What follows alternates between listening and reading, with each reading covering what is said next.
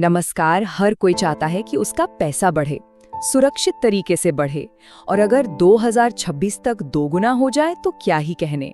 तो सवाल यह है कि ये होगा कैसे। चलिए इसी को समझने की कोशिश करते हैं। लेकिन यहाँ एक बहुत बड़ी मुश्किल है। स्टॉक मार्केट में तो हजारों कंपनियां हैं, तो फिर भविष्य के लिए सही स्टॉक चुने कैसे? ये एक ऐसा सवाल है जो लगभग हर इन्वेस्टर के मन में आता है। तो इसका जवाब छुपा है एक खास स्ट्रैटेजी में। आज हम इसी पर बात करने वाले हैं। एक ऐसी लॉन्ग टर्म इन्वेस्टमेंट स्ट्रैटेजी जो भारत के सबसे तेजी से बढ़ने वाले सेक्टर्स पर आधारित है। हाँ, एक बात शुरू करने से पहले साफ कर दें, ये सारी जानकारी सिर्फ एजुकेशनल पर्पस के लिए है। इसे कोई फाइनेंशियल एडवाइस ना समझे। कोई भी निवेश करने से पहले अपनी रिसर्च करना बहुत जरूरी है। तो चलिए अब आते हैं मुद्दे पर। हमारी स्ट्रैटेजी की बुनियाद क्या है? वो है भारत के ग्रोथ सेक्टर्स को पहचानना। देखिए, स्मार्ट इन्वेस्टिंग का मतलब सिर्फ स्टॉक चुनना नहीं है, बल्कि पहले पूरी तस्वीर को समझना है। आगे हम जिन स्टॉक्स की बात करेंगे ना, वो कोई रैंडम पिक्स नहीं है। उन्हें एक बड़े इकोनॉमिक आउटलुक को ध्यान में रखकर चुना गया है। मतलब हमने उन सेक्टर्स पर फोकस किया है जिनमें आने वाले सालों में जबरदस्त ग्रोथ की पूरी संभावना है। तो सवाल उठता है, वो सेक्टर्स हैं कौन से? इस एनालिसिस के हिसाब से 4 ऐसे बड़े सेक्टर्स हैं जिन पर नजर रखना जरूरी है। पहला है बैंकिंग, दूसरा आईटी और टेक्नोलॉजी, तीसरा है इंफ्रास्ट्रक्चर और पोर्ट्स, और चौथा है एनर्जी और बड़े कॉन्ग्लोमरेट्स। ठीक है, तो हमने सेक्टर्स की बात कर ली। अब जरा और गहराई में जाते हैं और कुछ कंक्रीट कंपनियों के उदाहरण देखते हैं। हम 5 ऐसे लॉन्ग टर्म स्टॉक्स को करीब से देखेंगे। तो लिस्ट में सबसे पहला नाम है बैंकिंग सेक्टर से स्टेट बैंक ऑफ इंडिया, या जैसे हम सब SBI के नाम से जानते हैं। इसकी सबसे बड़ी ताकत क्या है? एक तो सरकारी सपोर्ट, दूसरा इसका जबरदस्त कस्टमर बेस, और ऊपर से इसके मुनाफे भी लगातार बढ़ रहे हैं। ये सारी चीजें इसे एक बहुत मजबूत स्टॉक बनाती है। तो कुल मिलाकर बात ये है कि अगर कोई बाजार में नया है और एक सेफ लॉन्ग टर्म इन्वेस्टमेंट चाहता है, तो SBI एक बहुत अच्छा ऑप्शन माना जाता है। हमारी लिस्ट में अगला नाम भी बैंकिंग सेक्टर से ही है, लेकिन ये एक प्राइवेट बैंक है, ICICI बैंक। अब इसकी खासियत क्या है?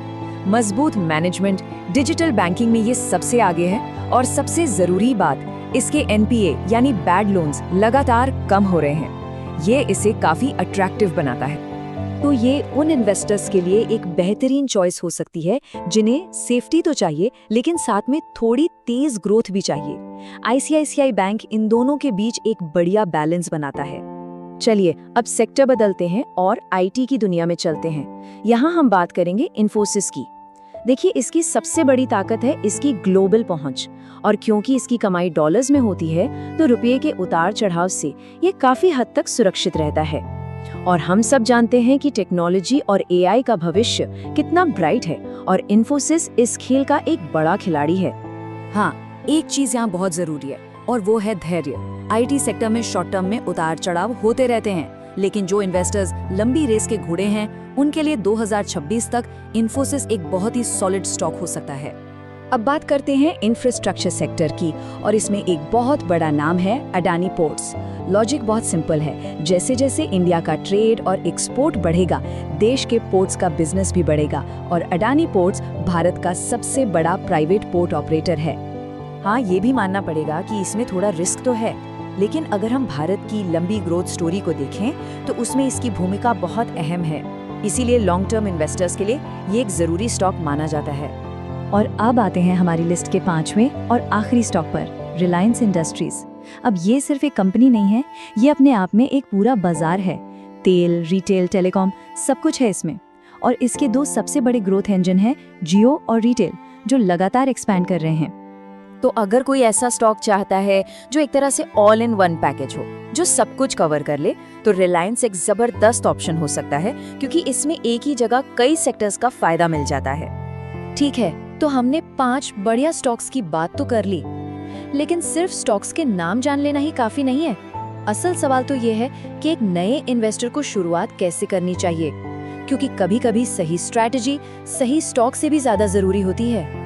तो नए इन्वेस्टर्स के लिए एक बहुत ही सिंपल 3 स्टेप की स्ट्रैटेजी है। स्टेप 1, डाइवर्सिफाई करें, मतलब अपना सारा पैसा कभी भी एक स्टॉक में मत डालिए। स्टेप 2, एक अच्छा मिक्स बनाइए, अलग अलग सेक्टर्स के स्टॉक रखिए, जैसे 2 बैंकिंग के और एक आईटी का। और स्टेप 3, सिस्टमैटिकली इन्वेस्ट करें, मतलब हर महीने थोड़ा थोड़ा पैसा लगाएं। इससे रिस्क काफी कम हो जाता है। और आखिर में शायद सबसे जरूरी सलाह, याद रखिए स्टॉक मार्केट में किसी भी चीज की कोई गारंटी नहीं होती। नफा नुकसान तो इस खेल का हिस्सा है। लंबी रेस में जीतता वही है जिसके पास सब्र होता है। चलिए, तो हमने काफी कुछ समझ लिया है। अब एक बार फिर से इन सारी बातों को एक साथ देख लेते हैं, एक फाइनल वॉच लिस्ट के तौर पर। तो 2026 के लिए ये रही हमारी वॉच लिस्ट। बैंकिंग सेक्टर से हैं एसबीआई और आईसीआईसीआई बैंक, आईटी और टेक्नोलॉजी से हैं इन्फोसिस, इंफ्रास्ट्रक्चर से अडानी पोर्ट्स और एक डाइवर्सिफाइड पावर हाउस के तौर पर रिलायंस इंडस्ट्रीज। ये पांचों मिलकर एक मजबूत और बैलेंस्ड लॉन्ग टर्म पोर्टफोलियो की अच्छी शुरुआत हो सकते हैं। और अब जाते जाते एक सवाल आपकी सोचने के लिए छोड़ जाते हैं। इन सभी दमदार सेक्टर्स में से वो कौन सा एक सेक्टर होगा जो भारत की अगले 10 साल की ग्रोथ कहानी को लिखेगा? बैंकिंग, आईटी या इंफ्रा? इस पर सोचिएगा जरूर।